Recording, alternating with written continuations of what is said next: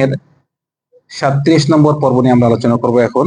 এখানে আমাদের যে মুরাকাবা যে অধ্যায় আছে, অধ্যায়ের যে হাদিসটি এনেছেন ইমাম আন-নাওয়ী রাহিমাহুল্লাহ, যে আন আবি যার জুনদুব বিন জুনাদা ওয়া আবি আব্দুর রহমান মুআদ বিন জাবাল রাদিয়াল্লাহু আনহুমা, দুইজন সাহাবী থেকে হাদিসটি। দুজন সাহাবী খুবই বিখ্যাত, দুজন সাহাবী আবি যার এবং মুআদ বিন জাবাল। যে মুআদ বিন জাবাল রাদিয়াল্লাহু আনহু, ওনার সম্পর্কে রাসূল সাল্লাল্লাহু আলাইহি ওয়াসাল্লাম বলছেন যে আ'লামু বিল হালাল ওয়াল হারাম, যে হালাল এবং হারাম সম্পর্কে সবচেয়ে জ্ঞানী ব্যক্তিকে মুআদ বিন জাবাল। মুআদ বিন জাবাল উনি রাসূল সাল্লাল্লাহু আলাইহি ওয়াসাল্লাম বলেছেন যে উনি হালাল এবং হারাম সম্পর্কে অনেক বড় জ্ঞানী। এখানে এই দুইজন সাহাবী যে হাদিসটি বলতেছেন যে রাসূল সাল্লাল্লাহু আলাইহি ওয়াসাল্লাম বলেছেন যে ইত্তাকিল্লাহ হাইতু মা কুনতা, ইত্তাকিল্লাহ হাইতু মা কুনতা, তুমি আল্লাহকে ভয় করো যেখানে থাকো না কেন। যেখানে থাকো না কেন, তোমার অবস্থা যেরকমই থাকুক না কেন। ইসাক ভাই, ঠিক আছে? যেখানে থাকো না কেন, তুমি বাংলাদেশ থাকো, মক্কা থাকো, আমেরিকা থাকো, যেখানে থাকো না কেন, আল্লাহ তো দেখতেছে নাকি? আচ্ছা, একটা বুঝলাম, যেখানে থাকো না কেন। আর তোমার অবস্থা যেরকম থাকুক না কেন, তুমি অসুস্থ, সুস্থ, গরিব, ধনী, কোন বড় পদে আছো, কোন পদ ছাড়া, যেভাবে থাকো না কেন, কি করবা? আল্লাহকে ভয় করবে। আল্লাহকে ভয় করবে মানে মানে আল্লাহর বিধান মেনে চলবে, যা বলেছে তা শুনবে, যা নিষেধ করেছে তা কি বর্জন করবে। এটা হলো আল্লাহকে ভয় করা। আচ্ছা, যদিও আমরা আল্লাহকে ভয় করি, কিন্তু মাঝে মাঝে আমাদের তো আমরা মানুষ না, ভুল হতে পারে। যে ভুল হলে কি হতে হবে? বলছে ওয়াআতবিসাইয়্যাতাল হাসানাতা তামহুহা। হ্যাঁ, যদি কোনো সময় ভুল করে ফেলো, কোনো একটা পাপ করে ফেলো, কি করতে হবে ভাই? তওবা করতে হবে। বলতেছে ভালো কাজ করা শুরু করে দাও। ইন্নাল হাসানাত ইউযহিবনাস সাইয়্যাত, যে ভালো কাজ করবা, ভালো কাজটা খারাপ কাজকে কি মুছিয়ে দিবে। সেজন্য আমরা আল্লাহকে ভয় করব।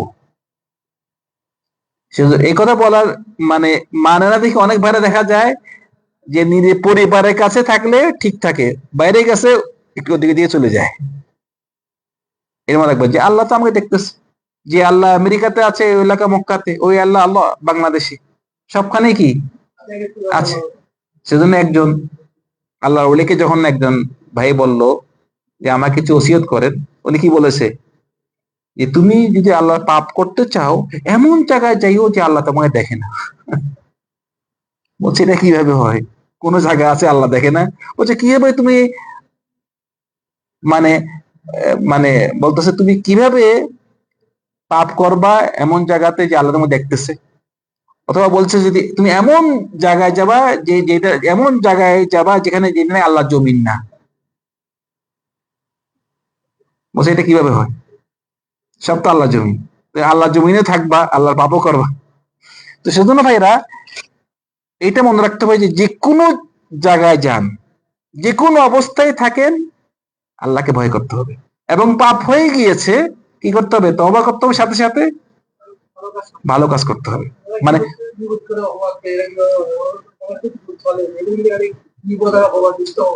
জি জি, আচ্ছা আমি বলতেছি, বল। মনে রাখবেন যে পাপ করাটা বড় ব্যাপার নয়। পাপ করাটা বড় ব্যাপার হলো যে পাপের মধ্যে থেকে যাওয়া, পাপের মধ্যে থেকে যাওয়া। সেজন্য আমরা যখন নাকি পাপ করি, তওবা করি, আবার পাপটা করে ফেলি, তখন শয়তান এসে ধোঁকা দেয় আর তওবা করিস না, একসাথে পরে তওবা করিও না, সাথে সে তওবা করবে। যত রকম পাপ হয়, আপনি গীবত বলতেছেন, গীবত হোক, অন্য পাপ হোক, যেগুলো পাপ করেছেন তওবা করতে হবে, আল্লাহর কাছে ক্ষমা চাইতে হবে, আমি আর পাপটা করবো না। কিন্তু যখন নাকি পাপটা অন্য ব্যক্তির সাথে সম্পর্ক হয়, চুরি করেন, কাউকে মেরেছেন। তা আমি আগেও এটার তওবা সম্পর্কে বলেছি যে তওবার শর্ত আছে, এগুলো নিয়ে বিস্তারিত আলোচনা করেছি। তো আমরা এখন আমাদের এই বিষয়ে নয়। তো বলতেছিলাম যে যে কেউ যদি পাপ করেই থাকে, তাহলে কি করতে হবে? তওবা করতে হবে এবং ভালো কাজ করতে হবে। ভালো কাজ করলে খারাপ কাজটাকে মুছিয়ে দিবে। তারপরে যেই কথা বলতেছে ওয়াখালিকিন নাস বিখুলুকিন হাসান, একটা হলো ইত্তাকিল্লাহ, আল্লাহকে ভয় করো, আর একটা হলো মানুষের সাথে ভালো ব্যবহার দাও। হ্যাঁ, ইসলাম ধর্ম শুধু আবাদত নয়, ইসলাম ধর্ম হলো একটা আবাদত, একটা কি মুআমালাত। মানুষের সাথে ভালো ব্যবহার দিতে হবে। কেউ যদি বলে না না আমি শুধু নামাজ পড়বো, মানুষের সাথে খারাপ ব্যবহার, না, হবে না। চুরি করে, ডাকাতি করে, ঘুষ খায়, সুদ খায়, যত খারাপ কাজ করে, কিন্তু নামাজও পড়ে। নামাজ পড়লে ঠিক আছে আছে, কিন্তু আপনার মানে তার সাথে হক্কুল ইবাদ যেন আপনি ঠিক থাকে। মানুষের সাথে ভালো ব্যবহার দিতে হবে। আপনি মানুষের সাথে খারাপ ব্যবহার দিবেন, বাঁচতে পারবেন না। মানুষের সাথে ভালো ব্যবহার থাকা, মানুষের সাথে ভালো ব্যবহার দেওয়া ইসলামের কাজ। ইসলাম শুধু নামাজ, রোজা এগুলো নয়, মুআমালাত, যেখানে ওয়াখালিকিন নাস বিখুলুকিন হাসান। সেজন্য আমরা বুঝতে পারলাম ইসলাম ধর্ম একটা হলো ইবাদত, একটা কি মুআমালাত। সমাজে দেখা যায় কেউ কেউ খুব ব্যবহার ভালো, কিন্তু নামাজ পড়ে না। লাভ আছে? লাভ নেই। মানুষের সাথে কি ভালো ব্যবহার, মানুষের উপকার করে, ওর খেদমত করে, ওর খেদমত করে, কিন্তু নামাজ পড়ে না। নিজের নিজের মালিকের সাথেই তার সম্পর্ক খারাপ, আমার সাথে ভালো সম্পর্ক থাকলে তার কি লাভ? এই লোকের মাঝে কোন ভালো বলতে কিছু নেই, যতই সেই ভালো ব্যবহার দেখ না কেন। আবার আরেক কেউ যদি নামাজ পড়তেছে, রোজা রাখতেছে, কিন্তু অন্য ব্যক্তির সাথে তার খারাপ ব্যবহার দেয়, এই ব্যক্তির মধ্যেও মানে এ ধরনের ব্যক্তিও জান্নাতে যেতে খবর আছে। কারণ রাসূল সাল্লাল্লাহু আলাইহি সাল্লামকে এক ব্যক্তি আসি বলল যে ওই মহিলা, এক মহিলার কথা বলল, যে মহিলা নামাজ পড়ে, রোজা রাখে, শুধু নামাজ পড়ে, রোজা মানে তাহাজ্জুদের নামাজও পড়ে, মানে সে নফল ইবাদত করে। তার সমস্যা একটা, সমস্যাটা কি? তার প্রতিবেশীকে সে কষ্ট দেয় কথা বলে। রাসূলুল্লাহ বলছে লা খায়রা ফিহা, এই মহিলা কোনো ভালো নাই, সে জাহান্নামে যাবে। মানে নামাজ পড়তেছে, রোজা রাখতেছে, মানে নফল ইবাদত করতেছে, তাও যেহেতু সে তার ব্যবহার খারাপ, রাসূলুল্লাহ বলছে সে জাহান্নামে যাবে। আরেক মহিলার কথা বলা হলো, সে নামাজ পড়ে, রোজা রাখে, মানে ফরজ গুলো করে, আর সামান্য কিছু সদকা করে, কিন্তু কাউকে কষ্ট দেয় না। আসলে কি বলছে? সে জান্নাতে। সেজন্য ভাইরা, মানুষের সাথে ভালো সম্পর্ক, ভালো ব্যবহার, এটা কিন্তু অনেক বড় কাজ, এত সহজ কাজ না। এটাকে খুব আমাদের গুরুত্ব দিতে হবে। এই হাদিসটি ইমাম আত-তিরমিজি রিওয়ায়াত করেছেন। তারপরে যে হাদিসটি এনেছেন ইমাম আন-নাওয়ী রাহিমাহুল্লাহ, হাদিস ইবনে আব্বাস রাদিয়াল্লাহু আনহু। ইবনে আব্বাস রাসূল সাল্লাল্লাহু আলাইহি ওয়াসাল্লাম চাচাতো ভাই। ওনার তরজমা আমরা জানতে পেরেছি, অনেক বড় আলেম, মুফাসসির, সাহাবাদের মধ্যে উনি খুব বিখ্যাত একজন মুফাসসির ছিলেন। রাসূল সাল্লাল্লাহু আলাইহি ওয়াসাল্লাম ওনার জন্য দোয়া করেছেন, আল্লাহুম্মা ফাক্কিহহু ফিদ-দীন ওয়া আল্লিমহু তা'ওয়ীল। ওনার জন্য দোয়া, আল্লাহ ওনাকে যেন ফাকিহ, আল্লাহ ওনাকে ফাকিহ বানান এবং কোরআন বুঝার তৌফিক দান, কোরআন যেন উনি বুঝতে পারেন, কোরআন তাফসীর ওনাকে শিখিয়ে দেন। এই ইবনে আব্বাস উনি বলতেছেন যে কুনতু খালফান নবী সাল্লাল্লাহু আলাইহি ওয়াসাল্লাম ইয়াওমান, আমি একদিন রাসূল সাল্লাল্লাহু আলাইহি ওয়াসাল্লামের পিছনে ছিলাম। রাসূল সাল্লাল্লাহু আলাইহি ওয়াসাল্লামের পিছনে ছিলাম। পিছনে ছিলাম মানে এখানে মানে উঠে হয়তো বসেছেন, রাসূলুল্লাহর পিছনে ছিলেন। তো রাসূল সাল্লাল্লাহু আলাইহি ওয়াসাল্লাম এই যে বসে আছেন উনি ওনার পিছনে, এই সময়টি কাজে লাগিয়েছেন, বলতেছেন যে ইয়া গোলাম, হে কিশোর। সুন্দরভাবে ওনাকে ডাকলেন যে ইয়া গোলাম। ছোট্ট ইবনে আব্বাসের বয়স কম ছিল, রাসূল সাল্লাল্লাহু আলাইহি ওয়াসাল্লাম যখন নাকি ইন্তেকাল করেছেন, উনি তখন বালেগ হয়নি, বালেগ হওয়ার আগে রাসূলুল্লাহ ইন্তেকাল করেছেন এবং উনি ছোট ছিলেন। রাসূল সাল্লাল্লাহু আলাইহি সাল্লামের ঘরে উনি অনেক রাত কাটাতেন। রাসূল সাল্লাল্লাহু আলাইহি সাল্লাম উনার একদিকে চাচাতো ভাই, আরেকদিকে উনার কি ছিল, খালু ছিল, মাইমুনা রাদিয়াল্লাহু আনহা উনার খালা, রাসূল সাল্লাল্লাহু আলাইহি সাল্লাম বিবি। তো বলতেছেন, ইয়া গোলাম, হে কিশোর, ইন্নী উআল্লিমুকা কালিমাতিন, আমি তোমাকে কিছু কথা শিখিয়ে দেই। বলছে ইহফাজিল্লাহ ইহফাজক, তুমি আল্লাহকে হেফাজত করো, আল্লাহ তোমাকে হেফাজত করবে। তুমি আল্লাহকে রক্ষণাবেক্ষণ করো, আল্লাহ তোমাকে রক্ষণাবেক্ষণ করবে। এখন আমরা আল্লাহকে কিভাবে হেফাজত করবো ভাই? সেজন্য ছোট বাচ্চা, মনে রাখবেন, ছোট বাচ্চাকে পাত্তা দিবেন। আমাদের অনেক সময় দোষ হয়, আমরা ছোট বাচ্চাকে পাত্তা দিই না, ও কথা বলে কথা পাত্তা দিই না। না, ছোট বাচ্চাকে পাত্তা দেওয়াটা, রাসূল সাল্লাল্লাহু আলাইহি ওয়াসাল্লাম ছোট সে তাও তাকে কি ইসলাম সম্পর্কে জানিয়ে দিচ্ছে। ছোট বাচ্চাদের সামনে সহজে কোনো ভুল কাজ করবেন না। আপনার ভুল কাজ, আপনার কাজটাই তার দলিল। আপনি কোনোদিন তাকে তার সামনে মিথ্যা বলেন, সেক্ষেত্রে সে বুঝে আপনি মিথ্যা বলতেছেন। একটা দোষ করলেন, সেটা তার মানে খুব গায়ে লাগবে, আপনি দোষ করতেন, কারণ বাপ, বিশেষ করে পিতা, বড় ভাই, তারা ফলো করে। সেজন্য দেখবেন যে নাকি ধূমপান করে, যে ব্যক্তি ধূমপান করে, তার ছেলে ধূমপান করবে। আপনি ধূমপান বলে ছেলেকে বলবেন যে এই ধূমপান করিস না, ধূমপান করিস না, সে বলে তুমি কাকে বলো, তুমি নিজে করো ধূমপান। সেজন্য আমি বলি, যারা নাকি একান্ত ধূমপান করেন, কমপক্ষে লুকিয়ে করেন ভাই, আল্লাহকে দোয়া করেন।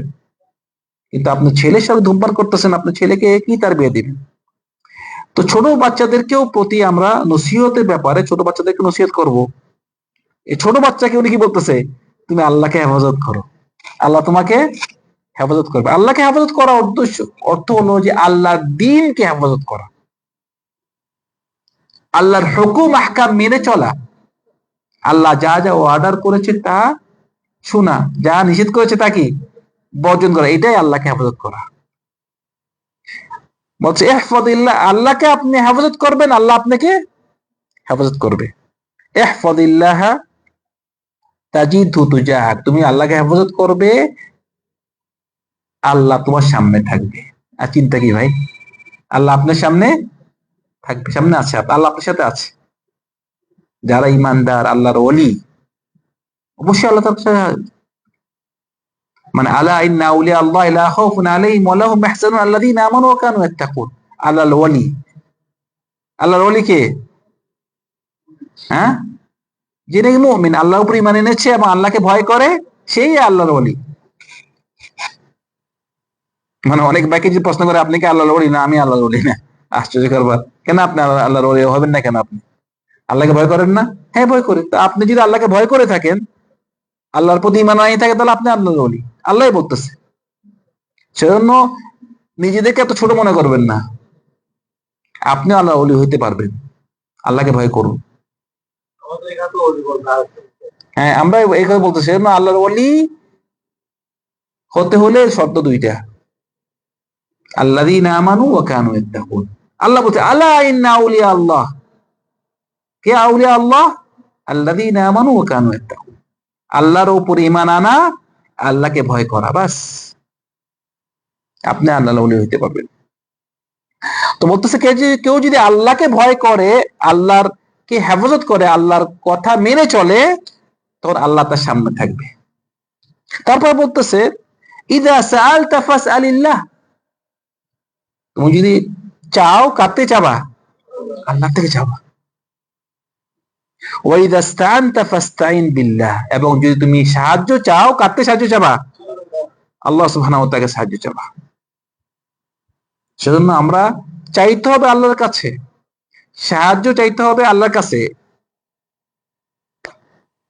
একান্ত বিপদে পড়েছেন, কারোর থেকে সাহায্য চাইলেন আপনি, সমস্যা নেই, কিন্তু মেন আমাদের আসল করে থাকতে হবে, সাহায্য কার কাছে চাবেন?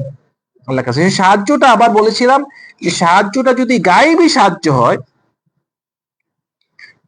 তাহলে একমাত্র আল্লাহর কাছে চাইতে হবে। গায়েবী সাহায্য। আর যদি সরাসরি সাহায্য হয় তাহলে আপনি অন্য কাছে সাহায্য চাইতে পারে, কিন্তু মেন আমাদের আসল থাকবে যে আমরা আল্লাহর কাছে সাহায্য চাবো, আল্লাহ থেকে চাবো।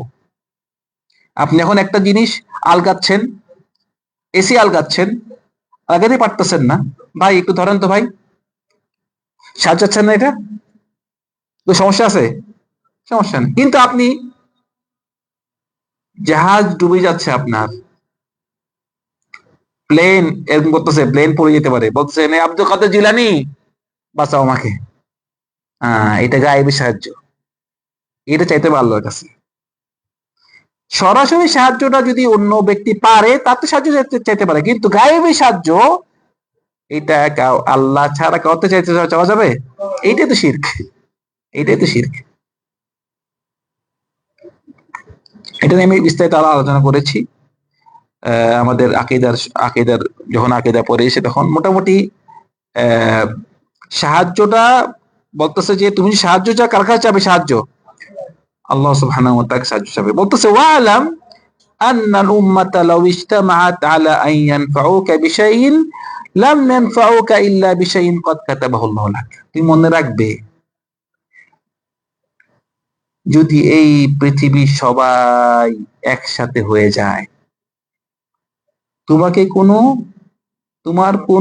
তোমাকে কোনো উপকার করতে, কেউ উপকার করতে পারবে না।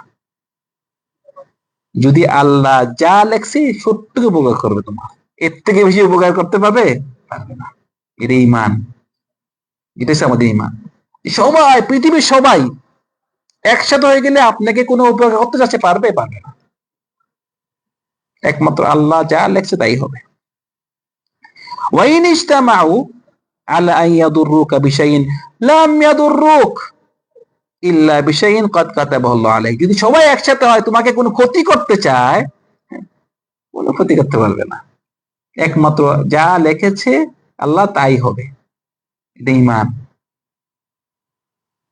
সেজন্য আমাদের যারা নাকি ইমাম ইবনে তাইমিয়ার কথা বলেছে, ইমাম তাইমিয়া কি সুন্দর কথা বলতেছে, আমার শত্রুরা আমাকে কি করবে?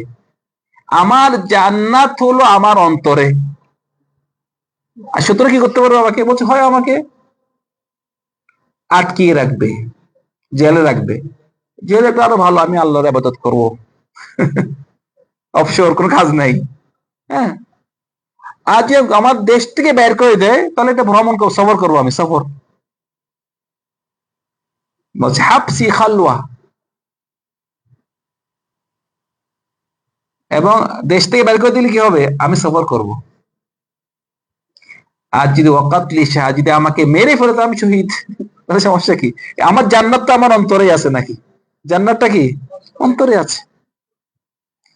তো বলতেছে যে সবাই যদি একসাথে হয়ে যায় তোমাকে কোনো ক্ষতি করতে পারবে না, একমাত্র যা লেখা হয়েছে তাই হবে। বলতেছে রুফিয়াতিল আকলাম ওয়াজাফাতিস সুহুফ, এবং যা তাকদীরে যা লেখা হয়েছে ওই লেখা কলম কি উঠাই নেওয়া হয়েছে, এবং কালি শুকিয়ে গিয়েছে, কালি শুকিয়ে গিয়েছে। সেটা তোমাকে কোনো কিছু ক্ষতি করতে পারবে না, তোমার কেউ কোনো উপকার করতে পারবে না।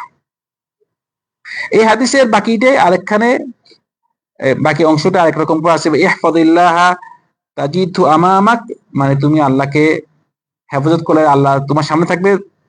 আর একরকম করে রেওয়াত পাওয়া যায় যে তাআররাফ ইলাল্লাহি ফির রাখা ইয়ারিফকা ফি সিদ্দা, ভালো অবস্থায় আল্লাহকে চিনো, ভালো অবস্থায় আল্লাহর সাথে ভালো, আল্লাহকে আল্লাহর ইবাদত করতে থাকো। তুমি যখন নাকি তুমি সুস্থ আছো, তোমার যখন পয়সা থাকে, তুমি ধনী, কোনো অভাব নেই, তুমি সুস্থ আছো, আল্লাহকে চিনো। তুমি যখন নাকি দরিদ্র হবে, অসুস্থ হবে, মুসিবত আসবে, আল্লাহ তোমাকে কি তোমার সাথে থাকবে। তার আমরা তো অনেক সময় দেখা যায়, মানে যখন নাকি অসুস্থ হয়ে আল্লাহকে ডাকি, সুস্থ অবস্থায় আল্লাহকে ভুলে যাই। সুস্থ অবস্থায় আল্লাহকে ডাকতে হবে। বলতেছে তার রাফিল আল্লাহ ফির রাখ, তোমার ভালো অবস্থায় আল্লাহকে দেখো, তোমার যখন অবস্থা খারাপ হবে আল্লাহ তোমার সাথে কি থাকবে। ওয়ালাম আন্নামা আখতাআকা লাম ইয়াকুন লিয়ুসিবাক, ওমা আসাবাকা লাম ইয়াকুন লিয়ুখতিয়াক, যে তোমার যেটি নাকি হয়নি, যেটি তোমার হয়নি এটা তোমার আসল হইতোই না, আর যেটা হয়েছে ওইটা হওয়ার তোমার তাকদিরে ছিল, এটা তাকদিরনি কথা আর কি। মানে আপনি কোন একখানে গিয়েছেন, মানে এক্সিডেন্ট হয়ে যেত কিন্তু হয়নি, আসলে এটা আপনার যে লেখা ছিল না, লেখা আপনার এখানে এক্সিডেন্ট হওয়ার কথা ছিল না। আর অনেক সময় দেখা যায় অ্যাক্সিডেন্টের কোনো সম্ভাবনা নাই কিন্তু অ্যাক্সিডেন্ট হয়ে মারা গেছে। সেজন্য যেটা নাকি আপনার হওয়ার আছে, আপনি যতই চেষ্টা করেন ওইটা হয়ে যাবে বাঁচার জন্য। আর যদি দেখা যায় আপনি লেখা নেই, আপনি যতই করেছেন কিন্তু এটা আপনার জন্য বাস্তবায়ন হবে না। এটা হলো তাকদীর নিয়ে কথা, তাকদীর একটু বিশ্বাস রাখতে হবে। শুধু আমরা কাজ করে যাব, এভাবে বলবো না যে তাকদীরে নাই, না, আমরা কাজ করে যাব। যদি একান্ত আমাদের কাজটি সাকসেসফুল না হয়, আমরা কিভাবে নিজেকে সান্ত্বনা দিব যে তাকদীরে নাই, বাস শেষ।